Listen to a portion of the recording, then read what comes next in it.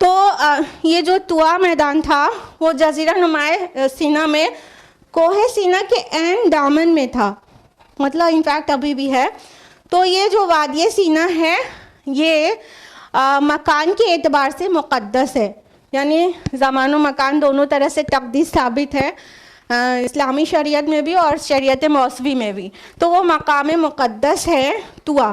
تو اللہ تعالیٰ نے کہا کہ تم اپنی جوتے اتار دو، تم ایک بہت پیور ہولی پلیس پر ہو، اور وہ ہے میدان طوا. آگے فرمایا وَأَنَا اخْتَرْتُكَ، میں نے تم کو چن لیا ہے، فَاسْتَمِعْ لِمَا يُوحَىٰ، تو اب ذرا توجہ سے جو وحی تم پر کی جا رہی ہے اسے سنو. اللہ تعالیٰ نے موسیٰ علیہ السلام نے سے کہا وَأَنَا اخْتَرْتُكَ، میں نے تمہیں چن لیا ہے، تمہیں اختیار کر لیا ہے. اخترتک ہے، ٹھیک ہے، تمہیں اختیار کر لیا ہے. اختیار کرنا چوز کرنے کو کہتے ہیں نا، ہم نے اس کو اختیار کیا، اس کو سلیکٹ کر لیا، چوز کر لیا ہے.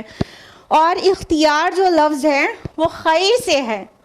بیسٹ کو انسان چوز کرتا ہے نا، تو خیر جس چیز کو انسان اختیار کرتا ہے اس میں خیر ہوتا ہے، وہ گڈ ہوتی ہے وہ چیز. تو موسیٰ علیہ السلام کو نہیں یہ پتہ تھا کہ وہ رسول ہیں، موسیٰ علیہ السلام کو نہیں یہ پتہ تھا کہ ان کے اندر کیا گڈنس ہے جو اللہ تعالیٰ نے ان کو چوز کر لیا ہے. کیا؟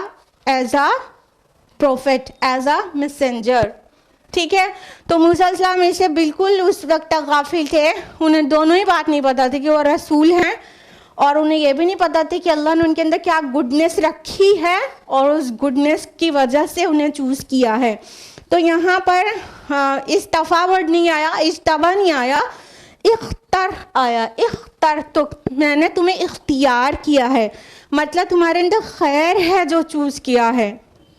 ورنہ تو فرعون جان رہا تھا کہ ایک کو مکہ مار کے قبطی کو چلا گیا ہے موسیٰ، اور موسیٰ کے اندر خیر نہیں ہے معاذ اللہ. لیکن اللہ تعالیٰ تو جانتا ہے نا کہ اللہ تعالیٰ نے کس کے اندر کتنی خیر رکھی ہے. تو موسیٰ علیہ السلام کے اندر جو خیر تھی وہ اللہ کی انفیکٹ ڈالی ہوئی تھی، تو اللہ تعالیٰ نے ان کے خیر کے ساتھ انہیں چن لیا، رسول چن لیا. اور ایسا ویسا رسول نہیں، بڑا لاڈلا رسول. جس طرح سے اللہ تعالیٰ نے کلام کیا ہے موسیٰ علیہ السلام سے، اسے انداز پتہ چلتا ہے کہ کتنے لاڈلے اور دلارے تھے موسیٰ علیہ السلام اللہ تعالیٰ کے، اور بہت فری تھے.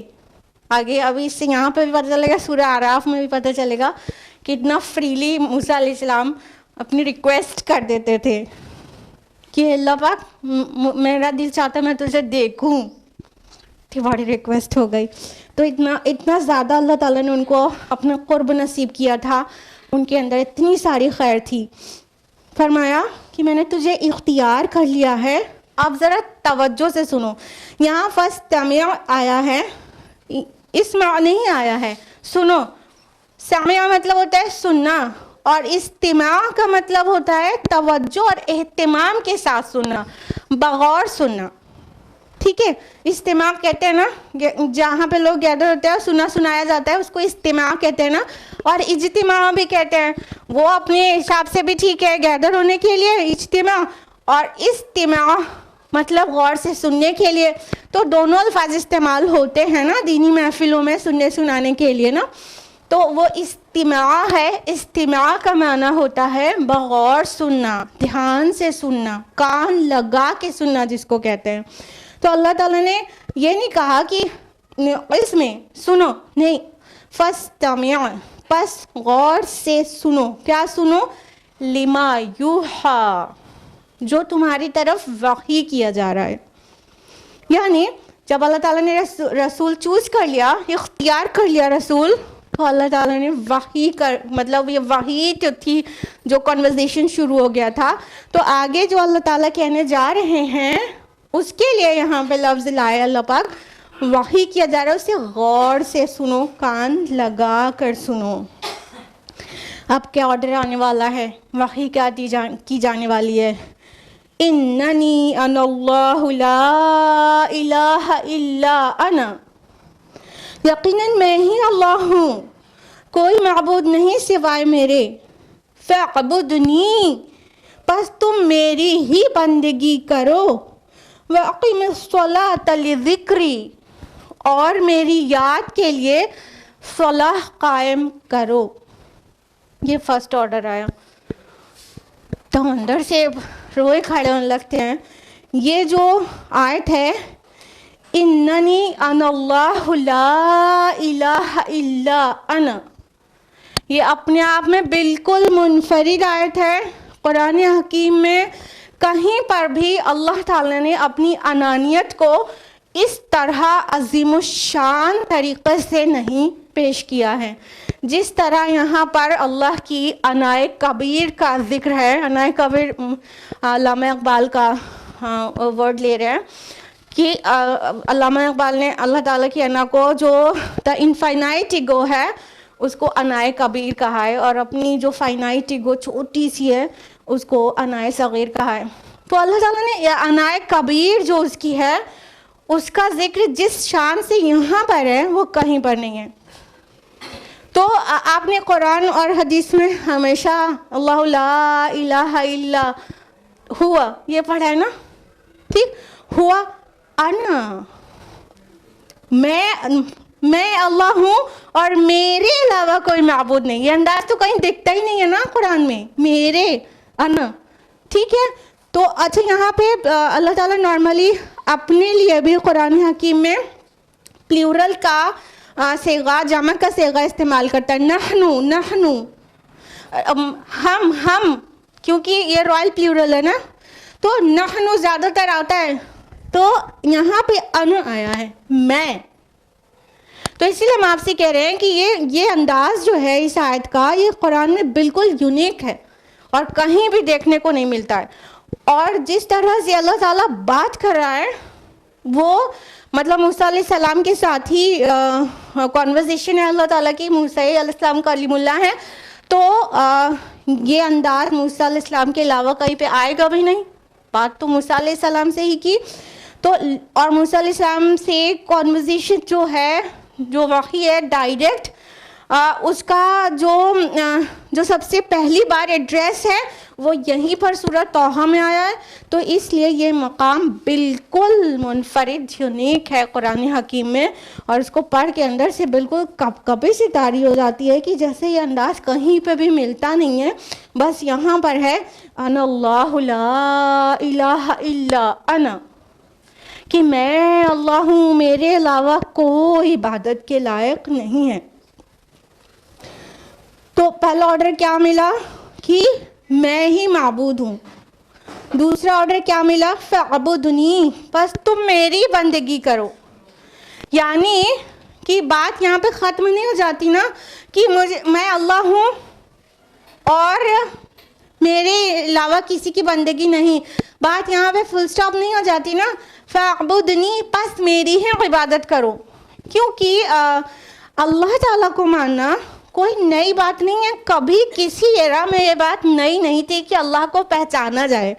وہ الگ بات ہے کہ چاہے لفظ اللہ کے ساتھ پہچانا جائے، چاہے گاڈ کے ساتھ، چاہے ایشور کے ساتھ پرماتما نام سے، یا کوئی بھی.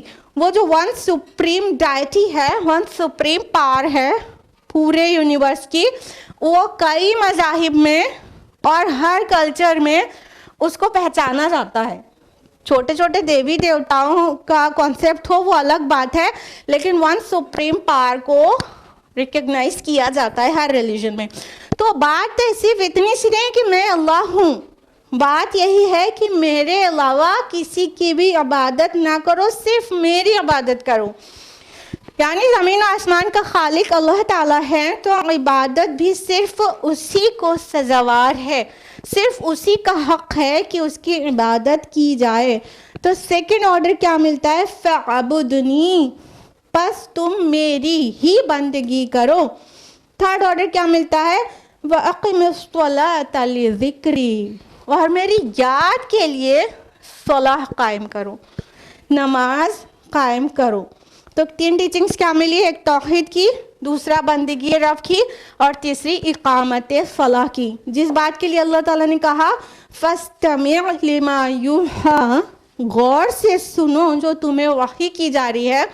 تو غور سے سننے کے لیے موسیٰ علیہ السلام تیار ہو گئے ہوں گے, اور ہم اور آپ بھی کیوریس ہو گئے کہ آگے کیا آرڈر آنے والا ہے. تو 3 آرڈرز آئے, ایک توحید کا, دوسرا بندگی رب کا, اور تیسرا اقامت صلاح کا. دیکھیے توحید اور بندگی رب یہ سب جگہ رہتا ہے, پھر وہ شرک کی آمیزش ہو جاتی ہے.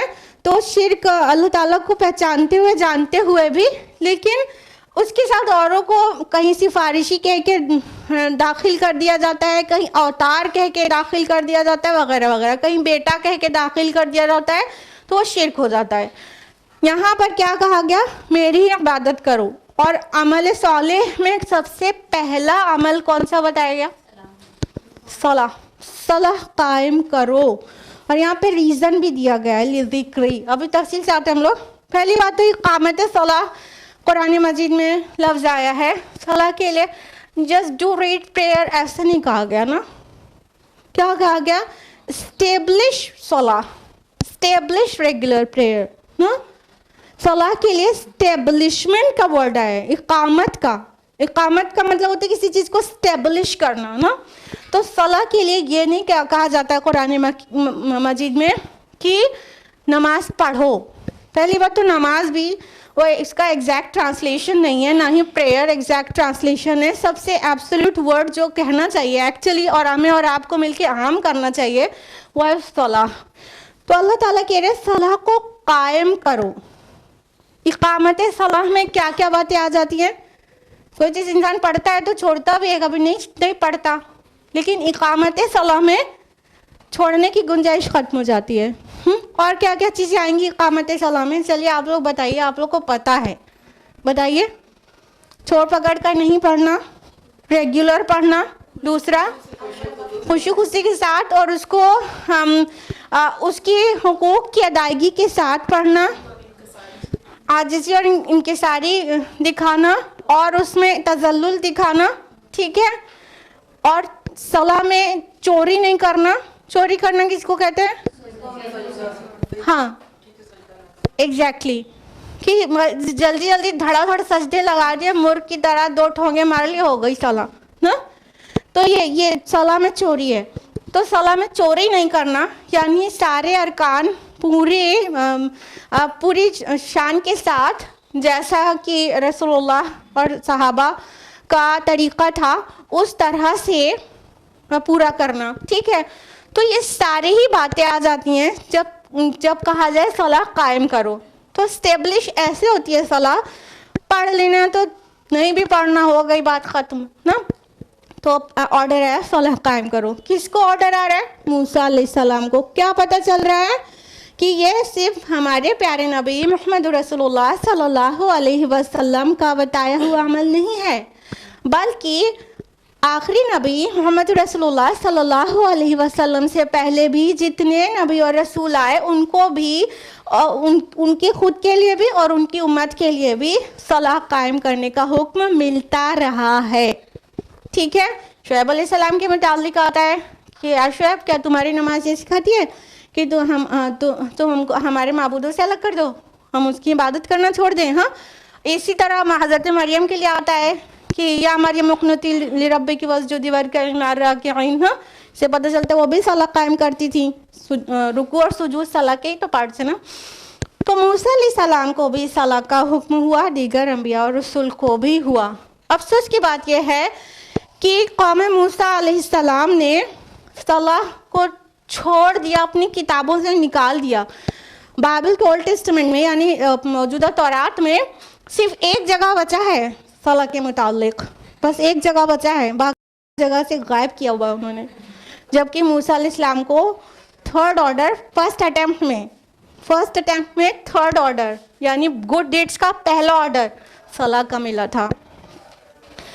آگے اس کی تفصیل آ رہی ہے نا کہ صلاح قائم کرو لذکری, میری یاد کے لیے.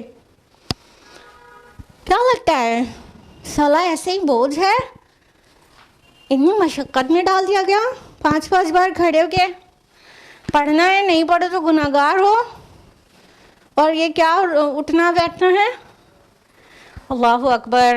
اللہ تعالیٰ سے کنیکشن بنائے رکھنے کا جو بیسٹ وے ہے, اللہ کی یاد کا جو مطلب ریممبرنس آف اللہ کا جو ہائیسٹ جو طریقہ ہے وہ ہے صلاح قائم کرنا.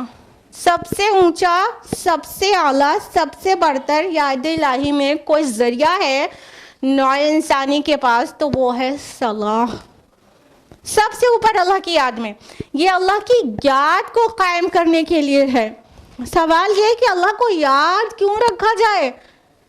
تو جواب یہ ہے کہ اللہ کی یاد ہی انسان کو شیطان اور گناہوں سے پروٹیکٹ کر سکتی ہے. اور جب بھی انسان گناہ کرتا ہے اس کا سیدھا مطلب یہ ہوتا ہے کہ وہ اللہ کو اس وقت بھولا ہوا تھا. اللہ یاد ہوتا تو گناہ نہیں ہوتا, اللہ یاد ہوتا تو شیطانی ٹریپ میں نہیں پھنستا. تو اللہ کو بھولنے سے گناہ ہوتے ہیں, ڈسٹرکشن ہوتا ہے, اور شیطان کا جال جو ہے اس انسان پر آسانی سے پڑتا ہے اور وہ اس کو اپنے جال میں پھانس لیتا ہے. اگر اللہ تعالیٰ کی یاد رہے گی دل میں تو کیا ہوگا کہ انسان شیطان سے بھی اور گناہوں سے بھی محفوظ رہے گا. مگر افسوس کی بات یہ ہے کہ آج امت مسلمہ کی اکثریت صلاح نہیں پڑھتی. اکثریت, میجورٹی. اگر آپ کو اس کی فگرز نہیں پتہ تو ہم بتا دیں, اور بہت ہی افسوس کے ساتھ بتائیں, کیونکہ جب ہم کو پتہ چلا تھا ہم کو بھی بہت زیادہ غم ہوا تھا. امید ہے آپ کو بھی سن کے غم ہوگا.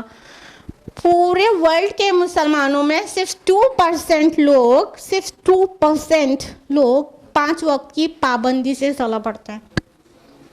صرف 2% پابندی سے 5 وقت کی. چھوڑ پکڑ کر پڑھنے والوں کی تعداد اور زیادہ ہے, اور جمعہ پڑھنے والوں کی تعداد اور زیادہ ہے, اور عیدین صلاح پڑھنے والوں کی تعداد اور زیادہ ہے. ٹھیک ہے, لیکن ہر جو دن میں 5 نمازیں ہوتی ہیں, 5 وقت پڑھنا ہوتا ہے, اور ہفتے میں 35 ہوتی ہے, وہ ہفتے میں 35 پڑھنے والوں کی تعداد صرف 2% ہے.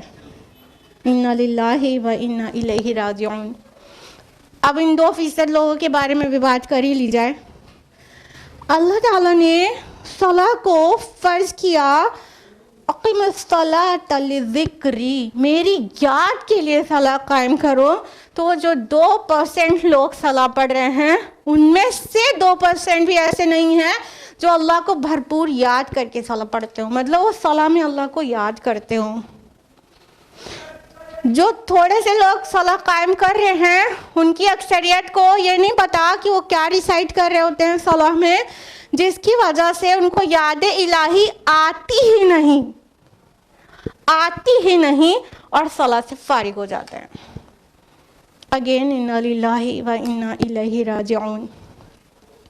منافقین کے لیے اللہ تعالیٰ نے کیا کہا تھا پتہ ہے؟ سورہ نساء سورہ نمبر 4 آیت نمبر 142 میں, وَإِذَا قَامُوا إِلَى الصَّلَاةِ قَامُوا كُسَالَىٰ يُرَاءُونَ النَّاسَ. اور جب یہ صلاح کے لیے آتے ہیں تو کھڑے ہوتے ہیں تو انتہائی کاہلی اور کسل مندی کے ساتھ, اور لوگوں کو دکھانے کے لیے. وَلَا يَذْكُرُونَ اللَّهَ إِلَّا قَلِيلًا, اور اللہ کو نہیں یاد کرتے مگر بہت تھوڑا سا. ہم یہاں پہ آپ کو کیا بات نوٹس کرانا چاہ رہے ہیں کہ اللہ تعالیٰ نے منافقین کے لیے کہا ہے, جو دور نبوی میں منافقین تھے ان کے لیے اللہ تعالیٰ نے کہا ہے منافقین صلاح کے لیے بہت کاہلی دکھاتے ہیں اور بہت تھوڑا سا اللہ کو یاد کرتے ہیں. آج امت کی اکثریت ان پر بیسڈ ہے کہ اللہ کو تھوڑا سا بھی یاد نہیں کرتی, صلاح سے فارغ ہو جاتے ہیں. ہاں کہ نہیں؟ جب پتہ ہی نہیں ہے کہ الحمدللہ رب العالمین کا مطلب کیا ہوتا ہے, جب پتہ ہی نہیں ہے اہدنا الصراط المستقیم کا معنی کیا ہوتا ہے, جب جانتے ہی نہیں ہے سبحان ربی العظیم کہنے کا کیا مطلب ہے, جب ہم جانتے ہی نہیں ہے سبحان ربی الاعلیٰ کیوں کہا جا رہا ہے, تو نہ ہم نے اللہ کی حمد کی, نہ تسبیح کی, نہ اس کی ثنا کی, نہ اسے دعا کی, نہ اس کی ذکر کیا, نہ نبی پر ہم نے درود و سلام شعوری حالت میں بھیجا, نہ گڑ گڑائے اپنے رب کے آگے، نہ تذلل دکھایا، نہ ہمارے اندر ہیوملٹی آئی، نہ اللہ سے بات کرنے کا کچھ بھی ٹیسٹ ملا. داخل ہوئے نماز میں اور باہر ہو گئے، اللہ کو یاد ہی نہیں کیا. انا للہ و انا الیہ راجعون. کیا ایسا نہیں ہے؟ ایک صحابہ کی صلاح ہوتی تھی، رسول اللہ صلی اللہ علیہ وسلم کی صلاح تھی، اور ایک آج کی ملت. ایک تو اتنے تھوڑے سے لوگ پڑھ رہے ہیں 2%، وہ 2% کی بھی صلاح کیسی ہو رہی ہے؟ داخل ہو رہے ہیں صلاح میں اور باہر ہوئے جا رہے ہیں، اور ان کو اللہ کی یاد آ ہی نہیں رہی. مطلب ایک ہوتا ہے بہت کم یاد کیا. منافقین کے لیے کیا اللہ تعالیٰ نے کہا کہ اللہ کو یاد نہیں کرتے مگر بہت تھوڑا سا. اور آج کا بندہ ذرا غور کریے گا اپنی صلاح پہ. ہمیں اور آپ سب، ہم لوگ سب ویسے ہی ہیں. ہم لوگ اب مطلب مان لیجیے ہم نے 4 رکعت فرض پڑھی ہے، تو 4 رکعت میں ہم نے اپنے رب سے کتنا ریلیشن کو بیٹر بنایا ہے، اس کا کچھ لذت، اس سے بات کرنے کی کچھ لذت پتہ چلی ہے، یا ہم نے دعائیں اس سے پوری شعوری حالت میں مانگی ہیں، یا اللہ تعالیٰ کی حمد ثنا اور تسبیح ہم نے پورے احساس و شعور سے کیا ہے. یہ سارے سوال کریے گا صلاح سے فارغ ہونے کے بعد تو پتہ چل جائے گا کیسی پڑھائے. تو صلاح کا مقصد پتہ ہے نا، یہ اس لیے تھا کہ اللہ کی یاد آئے.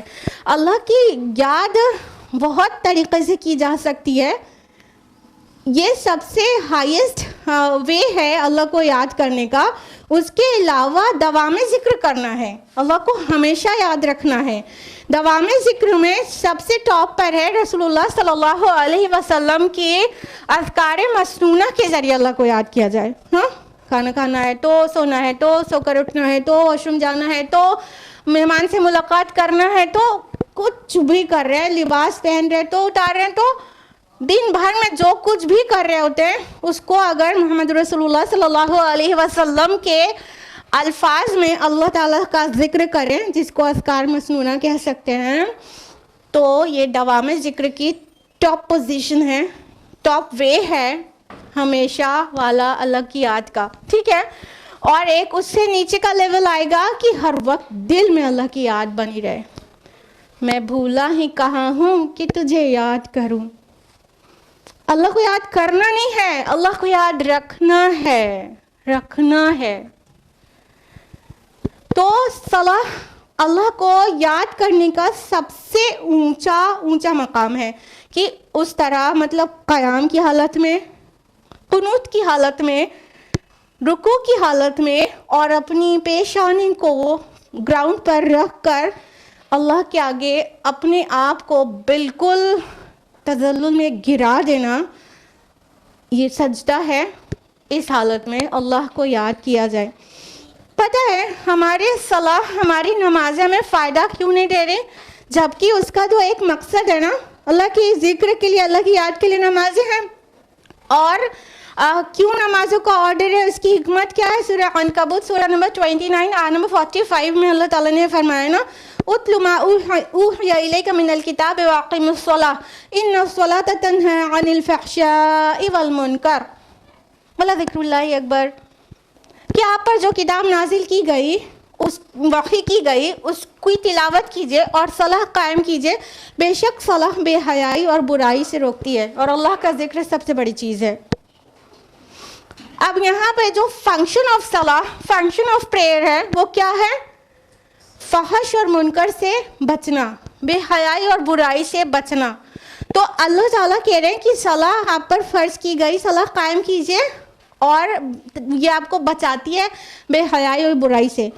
اب آپ لوگ اچھی طرح سے جانتے ہیں نا، سوسائٹی میں بے حیائی اور برائی اتنی عام ہے، اتنی عام ہے. فحش اور منکر دونوں طرح کی برائی اتنی عام ہے، ہر گھر میں، ہر مسلمان کے گھر میں ہے. کیوں؟ کیونکہ ہم اور آپ صلاح کو اللہ کی یاد کے لیے قائم نہیں کر رہے ہیں. تو وہ اپنا جو فنکشن ہے، اس کا جو رول ہے، وہ ہمارے سیرتوں پر ریفلیکٹ ہو ہی نہیں رہا ہے. کوئی پوچھ سکتا ہے نا، کوئی غیر مسلم، کہ تمہاری کتاب میں تو یہ لکھا ہے کہ تمہیں نماز بے حیائی اور برائی سے روکتی ہے، اور تم 5 وقت کی نماز پڑھتی ہو، لیکن تمہاری عادتیں تو ایسی نہیں ہیں. کہاں برائی سے روک رہی تمہاری نمازیں؟ تو کیا جواب دیں گے؟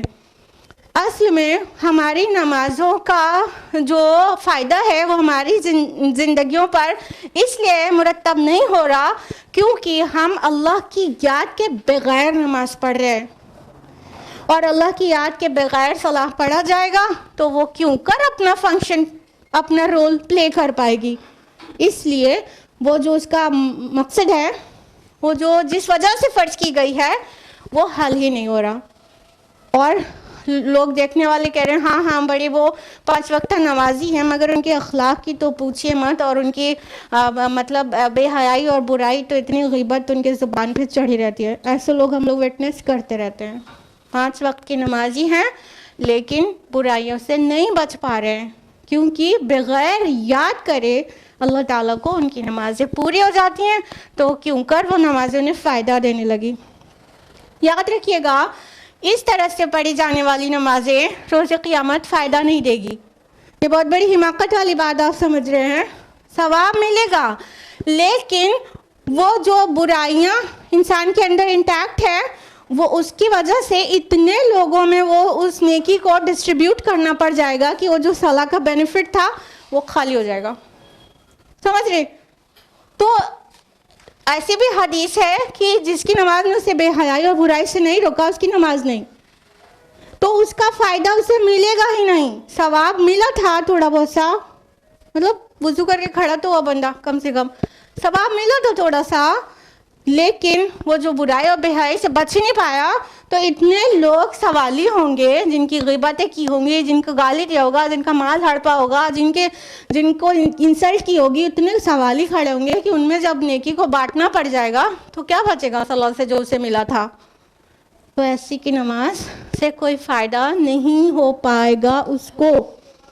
دیکھیے اللہ کا ذکر ہمارے پروٹیکشن کے لیے ہر طرح سے، ہمارا سول، ہمارا مائنڈ اور ہماری باڈی سب کے لیے مفید ہے، سب کے لیے. اب آپ کو سلیپ پیرالسس کے بارے میں سنا ہے آپ نے؟ کبھی سنا ہے؟ زیادہ تر لوگوں نے نہیں سنا، 2-3 لوگوں نے سنا ہے. سلیپ پیرالسس کیا ہوتی ہے؟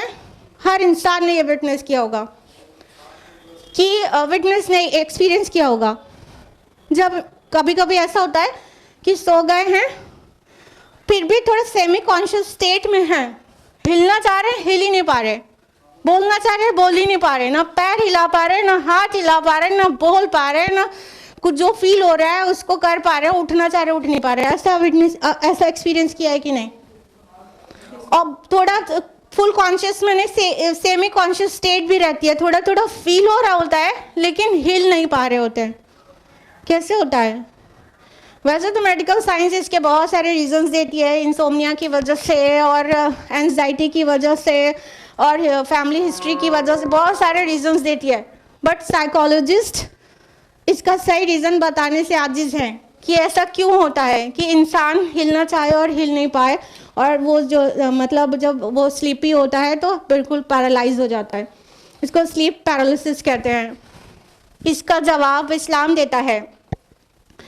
انسان جب اللہ تعالیٰ کا ذکر نہیں کیا رہتا تو اس کے پاس کوئی پروٹیکشن نہیں رہتا.